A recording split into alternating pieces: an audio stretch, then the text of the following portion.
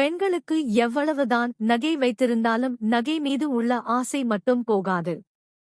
யாராவது புதிதாக நகை அணிந்திருந்தால் அந்த நகையை வாங்க வேண்டும் என்ற ஆசை வந்துவிடும். இதற்காக பணத்தை சேமித்துக் கொண்டே இருப்பார்கள். இப்படி சேமித்து நகையை வாங்கிய காலம் இருக்கிறது.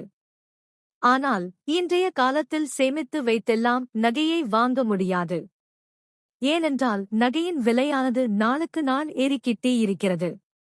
எப்படி விலை ஏறினாலும் நகை வாங்க வேண்டும் என்ற கட்டாயத்தில் இருக்கிறோம். அதனால் எல்லாருக்கும் பயனுள்ள வகையில் இந்த பதிவில் நகை 2 மடங்காக டிப்ஸை பற்றி கூறியுள்ளோம். அதனை பார்த்து அறிந்து கொள்ளுங்கள். பவுனு விலை ஆனது முன்னடியெல்லாம் வருடத்திற்கு ஒரு முறை அல்லது மாதத்திற்கு ஒரு முறைதான் விலை ஏறியது. ஆனால் இப்போதெல்லாம் நாளுக்கு நாள் பவுனு விலை ஏறிக்கிட்டே இருக்கிறது. பவுனு விலை எப்படி ஏறினாலும் அதனை வாங்க வேண்டும் என்ற கட்டாயத்தில் இருக்கிறோம்.